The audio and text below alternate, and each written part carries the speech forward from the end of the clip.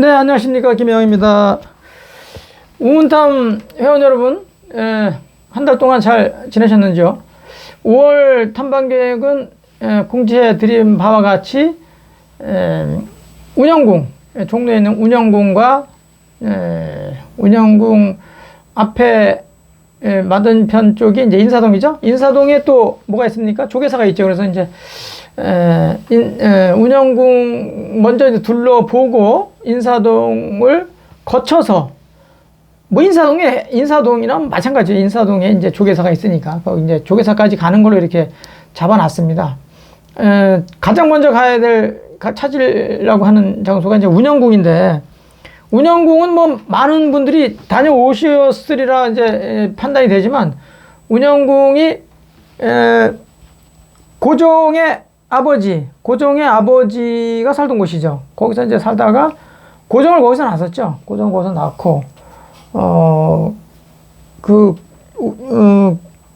대원군 이하응이 이제 살던 집인데, 철종이 1864년도에 이제 돌아가셨죠. 1864년도에 돌아가시고, 후사가 없었잖아요. 후사가 없다 보니까 이제 찾다가 이하응이 누구냐면 정조대왕의 이복 동생의 손자예요. 그러니까 이게 다 친척이죠. 그러니까 이게 왕족이고, 그러니까 이제 거기서 이제 선택하게 됐는데, 이하응의 둘째 아들이 좀 똘똘했나 봐요. 그래서 이제 옹립을 해서 이제 고종이 됐고, 그러다 보니까 자연스럽게 정치를 하게 됐죠. 왜냐면 이제 정치가 그냥 정치가 아니고 살짝 왕노릇한 거죠. 그래서 합파라는 소리를 이제 들으면서 했는데, 수렴청정을 한 거 아니에요. 그러니까 말하자면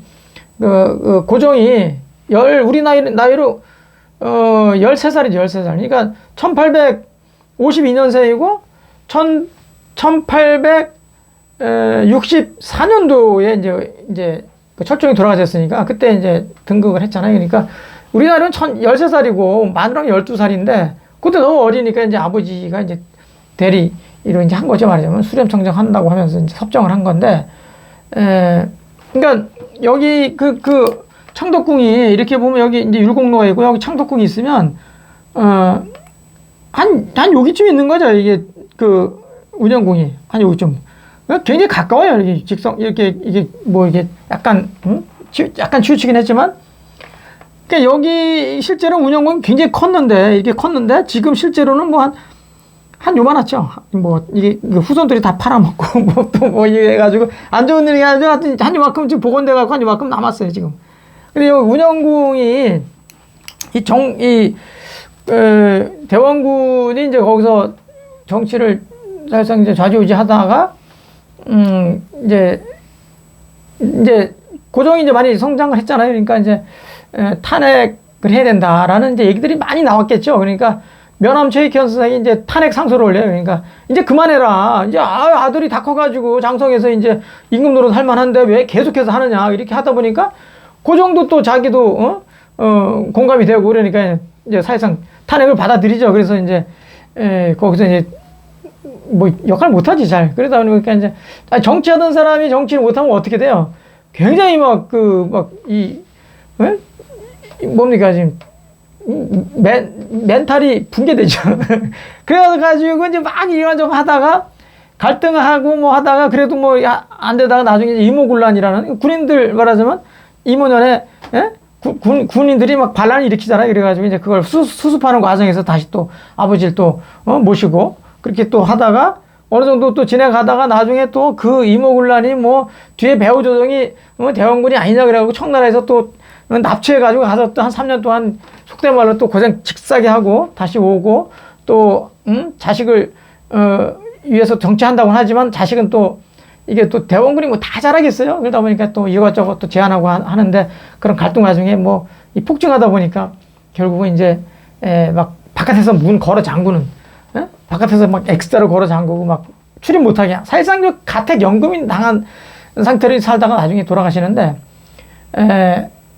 그렇게 이게 거기서 그러니까 즐거움과 그 고통을 다 맛본 사람이죠. 그 운영궁에서 이 대원군이, 이하응이. 그러니까 자식을 왕으로 만들어서 엄청난 그 권세를 누렸지만 그 권세가 뭐 죽을 때까지 가지 못하고 결국 이제 슬픈 삶을 살고 이제 결국 가셨는데, 그러다가 이제 우리가, 고종 때 또 일제 1910년도 완전히 한해 합방이 됐잖아요. 그러니까 이게 완전히 이제 막 아작나고, 그러다 보니까 또 일본하고 또 약간 안감정이 막 생기잖아요. 그러니까 이 고종이 1919년도 돌아가시잖아요. 그러니까 그 기점으로 해가지고 엄청난 그 독립운동에 대한 열망이 이제 커지거든요. 그러니까 이런 것도 사실은 이제 어떻게 보면 다 맥이 있어요.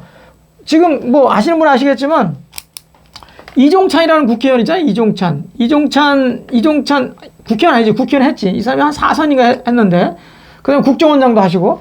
근데 이종찬이 있고, 이종걸이라는 사람이 있잖아요. 이종걸 국회의원도 한 5선인가 아마 했을 거예요. 안양에서. 그 이종찬은 종로에서 운영군 그 동네 사람이죠. 거기서 4선하고 국정원장도 하고 그랬잖아요. 이종찬 할아버지가 이회영 아니에요? 이회영. 예? 이회영 그 독립운동가로 아주 유명한 분이죠. 우리 초대 부통령 하던 이시영은 뭐 삼촌이고, 아니 그러니까 다행히 형제가 아니죠. 이종찬아 여기 손자 이회영의 손자가 이종찬이고 또 손자가 이종걸이잖아요. 그러니까 그 형제들 간에 이게 큰아들 뭐 작은아들 이렇게 해가지고 난 자식들이잖아요. 그러니까 이종찬하고 이종걸은 사촌이죠, 사촌. 그러니까 이회영의 이회영, 이시영 이런 사람들이 다 독립운동가를 하면서 이시영은 초대 부통령을 했고, 그러니까 이 사람들 후손이 다 이제 이종찬, 이종걸인데, 이회영이 그러니까 이종찬이라는 사람이 지금도 살아계시잖아요. 이종찬이 외할아버지, 그러니까 외할머니, 그러니까 그러니까 이하응의 그 대원군의 둘째 아들이 고종이고, 둘째 딸이 이종찬의 외할머니. 이종찬의 외할머니가 대원군의 둘째 딸이고, 둘째 아들이 고종이에요. 그러니까 이종찬이나 이종걸이 이런 사람들은 외종 할아버지가 고종이지. 외종 할아버지. 가까운 굉장히. 그러니까 지금 다 살아있잖아요. 이종걸 의원도 뭐 이제 57년생이고, 여기 이종찬이 뭐 36년생인가 그러니까, 좀 나이 좀 드시긴 했지만, 아직도 젊잖아요. 이종걸 같은 사람들. 그러니까 이시영이라든가 이영 이런 사람들이 왜 독립운동을 하냐면, 이시조선이 망했잖아요. 망했는데 일본 애들이 막 했으니까, 감정이 굉장히 안 좋잖아요. 그러니까 당연히 독립운동 할 수밖에 없는 거지.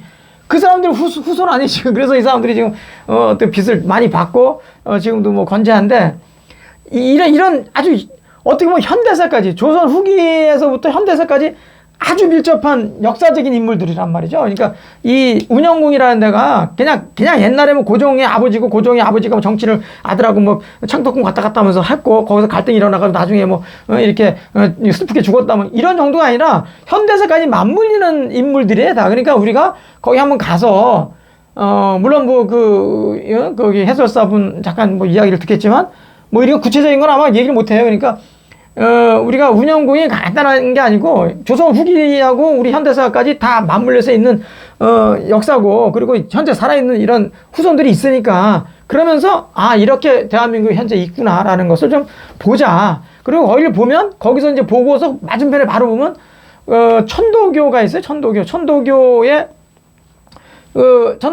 동학이죠. 동학이 이제 종교화돼가지고 천도교라고 하는데, 천도교를 만든 사람이 수훈 선생이죠.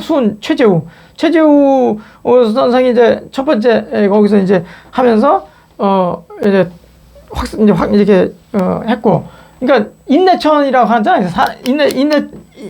인내천 아니 인내천. 하늘이 사람이다. 사람이 하늘이다. 이런 이제 사상을 가지고 엄청나게 이제 세를 크게 하다가 지금은 해서 뭐 아주 작은 종교가 됐는데, 이 민족 종교 중에서 이 천도교의 성지죠. 거기서 이제 우리 운영궁의 바로 맞은편에 거기 천도교가 있으니까 천도교 그 본관이죠. 뭐라 그래 그거를 거기 본산. 그러니까 최재우, 그러니까 수훈 최재우가 동학을 통해 가지고 천도교를 만들었고, 이대 교주가 누구냐면 해월 선생님, 최시영이 이제 이대를 하고, 그 다음에 3대가 손병이잖아요. 손병이 때 이제 지금 천도교 그 건물을 지금 만들었죠.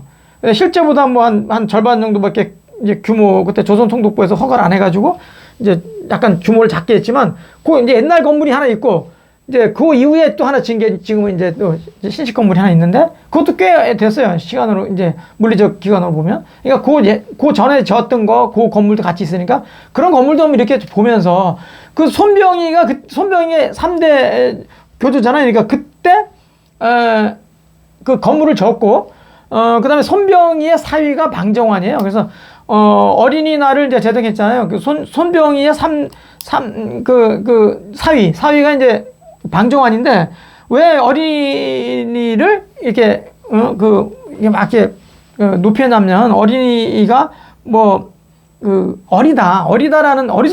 어리석다라는 거잖아요. 그러니까 어린이는 어리석지만 그 어린이가 항상 어린이로 끝나는 게 아니라 나중에 성장해서 이제 나라를 또, 이끌어야 될, 짊어지고 가야 되고 또 이끌어야 될 이제 존재들이잖아요. 그러니까 이 동학 천도교에서는 인내천이기 때문에 사람이 하늘이기 때문에 사람의 그 고통스러운 거, 안악들이 막 고통스럽게 사는 모습들, 그 다음에 그런 소리들을 다 하늘의 소리를 듣자라고 해서 이제 천도교가 엄청나게 떴거든요. 그러니까 안악들의 고통, 남편들의 고통은 말할 것도 없고, 안악들의 고통, 그 다음에 아이들의 고통, 웃음소리, 울음소리, 모든 걸 다 하늘의 소리로 받아들이자라고 해서 이제 커진 거예요, 굉장히. 근데 그런 사상을 이어받아 왔으니까, 최재우, 최시영, 그 다음에, 손병이 사위가 방정환이니까, 방정환이 이제 어린이날 만들어서 지금까지 이제 기르고 있죠. 그러니까 거기를 한번 살짝 들렸다가 인사동에 가면, 인사동의 대표적인 게 어디 있습니까? 쌈지길이죠, 쌈지길이 있고, 그 다음에 경인미술관이 있습니다. 그러니까 경인미술관 정도를, 쌈지길에 이렇게 옆에서 지나가면서 살짝 이렇게 둘러보시면 되고, 그 다음에, 경인미술관이 이제 있는데, 경인미술관 정도는 들어가서 살짝 한 바퀴 돌면서 보실 시간이 아마 있지 않을까 이렇게 생각을 합니다. 그리고 나와서 조금 더 이렇게, 저쪽, 어딥니까, 세종로 쪽으로 그런 방향으로 약간 좀 더 걸어가면 조계사가 있죠. 조계사가 다들 아시겠지만, 우리나라 대한불교 조계종에서는, 가장 큰 본산, 총본산이죠. 그러니까 이 절이 크다는 게 아니라 본산, 조계종에 총무원장이 계시고, 종정이 계시는, 그러니까 거기가 그러니까 거기 본산이죠. 그러니까 거기에 가시면, 스리랑카에서 온 이제, 부처님의 진진사리가 이제 거기 팔각형으로 해가지고 10층 석탑이 있어요. 그러니까 거기다 이제 진진사리 모셨거든요. 그러니까 그걸 한번 둘러보시고, 그 다음에 거기 400년 된, 회화나무가 있다. 그 다음에 500년 된, 백송이 있다. 이런 것들 이렇게 한번 둘러보면서 절 모습. 거기도 이제 잠깐 이렇게 해설해 줄 수 있는 분한테 제가 다 얘기 해놨으니까 그분에 대해 얘기를 말씀 듣다 보면, 좋은, 의미가 있는 그런, 탐방이 될 거다. 이렇게 생각합니다. 그러니까 이번에는 짧지만, 구간이 크지 않지만, 운영궁 한번 둘러보시고, 그 다음에 오면서 천도교 한번 살짝 보고, 인사동에 쌈짓길도 한번 이렇게 보시고, 경인미술관 한번 이렇게 살짝 둘러보시고, 그 다음에 조계사로 가서, 조계사에서,